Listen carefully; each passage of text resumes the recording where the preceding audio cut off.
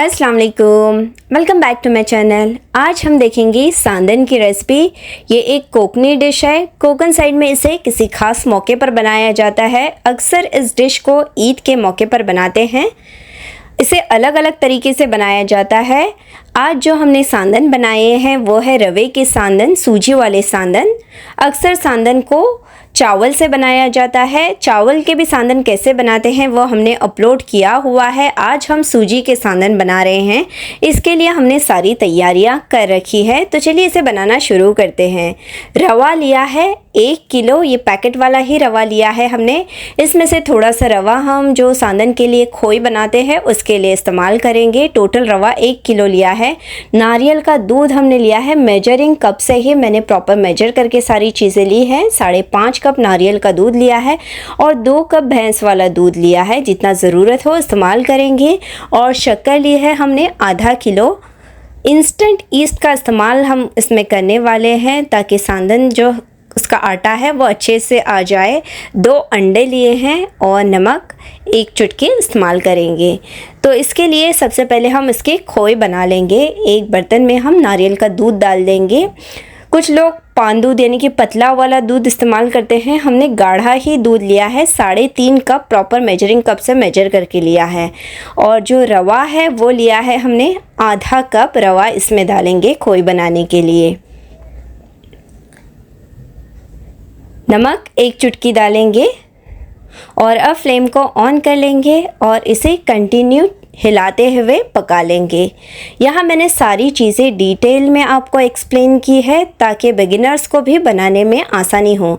जैसे ये पकना शुरू हो जाएगी, ये गाढ़ी होना शुरू हो जाएगी। जिस तरह से गाढ़ी खीर होती है ना, उसी तरह से मीडियम फ्लेम पर हम इसे अच्छे से सूजी को पकने तक पका लेंगे।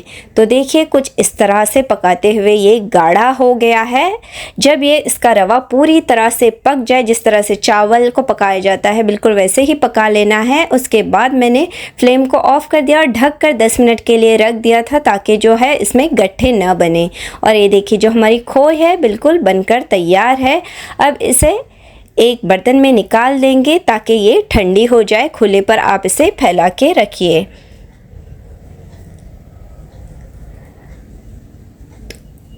इसे ठंडा होने के लिए दें। अब इस वक्त ये बस हल्की सी ही गर्म है। इस वक्त हम इसमें शक्कर शामिल करेंगे। शक्कर आधा किलो मैंने डाली है।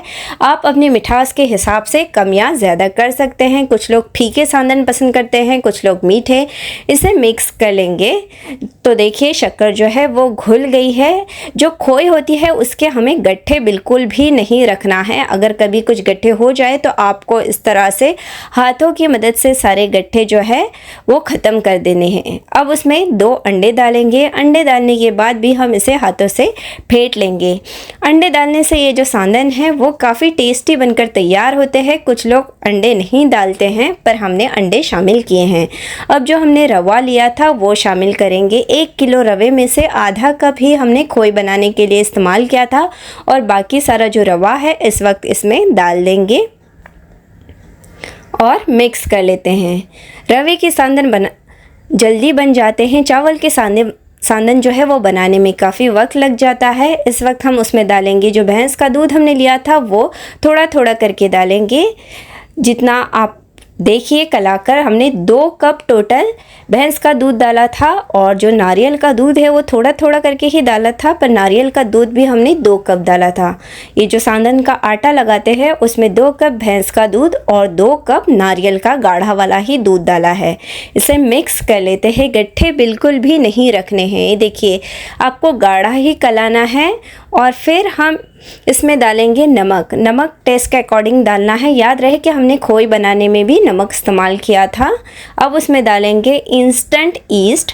1/3 टीस्पून के करीब ही मैंने डाला है। आप दूसरा जो नॉर्मल ईस्ट होता है वो भी इस्तेमाल कर सकते हैं। अब इन सारी चीज़ों को मिक्स कर लेते हैं। जब ये आप आटा कलाए तो गाढ़ा ही रखिए। जब ये फर्मेंट हो जाता है तो थोड़ा सा पतला हो जाता है।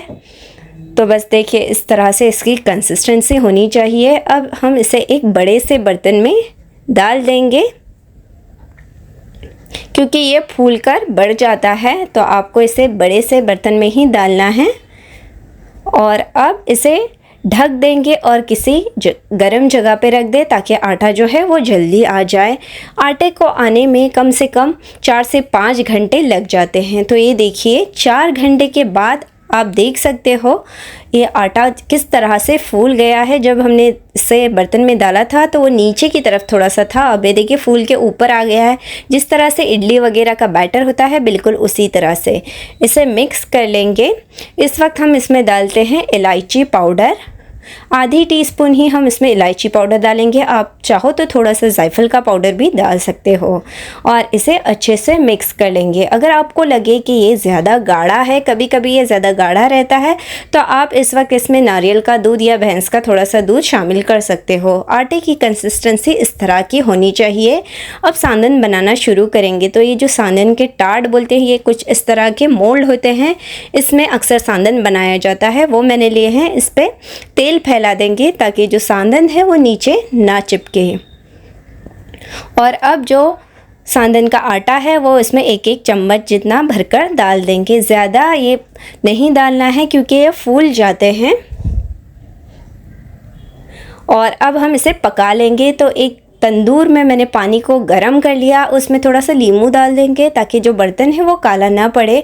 ऊपर की जाली रख देते हैं और एक एक करके सांदन के जो मोल्ड है वो इसमें रखते जाएंगे। इसे अक्सर तंदूर में ही बनाया जाता है। पानी को अच्छे से बॉईल आने दे, उसके बाद ये रख दे और ढक कर हम इसे पकाएंगे कम से कम 15 से 20 मिनट, जब तक कि सांदन अच्छे से पक नहीं जाते। तो ये तंदूर में जो है वो हमारे सांदन पक रहे हैं। अब कुछ सांदन को हम इडली वाले सांचे में बनाएंगे, क्योंकि कुछ लोगों के पास तंदूर नहीं होता है, तो आप इस तरह से इडली के सांचे में भी आसानी से बना सकते हो। इडली के सांचे को भी मैंने थोड़ा सा तेल लगा दिया और 1-1 चम्मच हम इसमें सांदन का आटा डाल देंगे।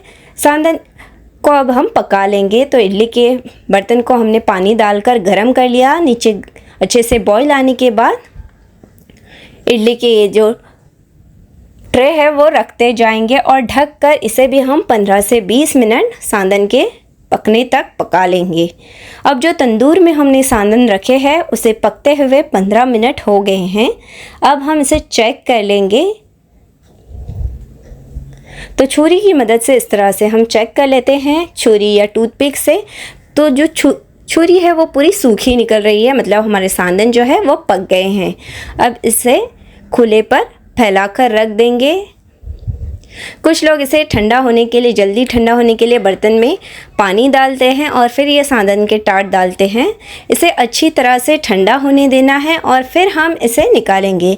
अगर आप इन सांदन को गरम गरम निकालोगे तो सांदन जो है वो टूटने लगते हैं। तो पूरी तरह से ठंडा होने के बाद आप इसे निकालिए। छुरी या चम्मच की मदद से पहले किनारों को इस तरह से अलग कीजिएगा और फिर इसे इस तरह से निकाल देना है।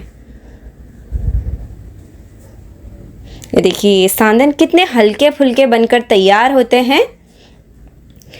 तो एक सांदन हमारा रेडी है। इसी तरह से बाकी सांदन को भी हम निकाल देंगे। ये सांदन जो है वो काफ़ी टेस्टी लगते हैं। कुछ लोग इसे अल्नी पानी के साथ खाना पसंद करते हैं, कुछ लोग ऐसे ही और कुछ लोग फ्राई करके खाना पसंद करते हैं। आपको जैसे पसंद हो आप उसे सर्व कर सकते हैं। तो ये जो है तंदूर वाले सांदन कुछ हमारे तैयार हो गए हैं। बाकी सांदन को भी हम इसी तरह से पका लेंगे। और जो इडली के बर्तन में हमने सांदन बनाए थे वो भी देखिए 15 मिनट में पक गए हैं। इसे भी पहले आप चेक कर लीजिए और फिर ही निकालिए। इसे भी ठंडा होने के लिए देंगे और जब ये पूरी तरह से ठंडा हो जाए तब हम इसे निकाल देंगे। अगर आपके पास तंदूर न हो सांदन का तो आप इसे इडली के बर्तन में भी बना सकते हो। देखिए कितने हल्के फुल्के बने हैं, काफ़ी टेस्टी होते हैं। आप चाहो तो इस पर थोड़ा सा ज़ाफ़रान या ड्राई फ्रूट्स भी छिड़क सकते हो। तो ये हमारे इडली के बर्तन वाले सांदन भी बनकर तैयार है। बाकी सारे सांदन को भी हम इसी तरह से बना लेंगे। रेसिपी पसंद आती है तो आप इसे ज़रूर ट्राई करना। आप इसे स्टोर करके फ्रिज में भी रख सकते हो। अगर आपने हमारे चैनल को अब तक सब्सक्राइब नहीं किया है तो सब्सक्राइब भी ज़रूर करें ताकि नई नई रेसिपीज़ और वीडियोज़ आपको मिलते रहें।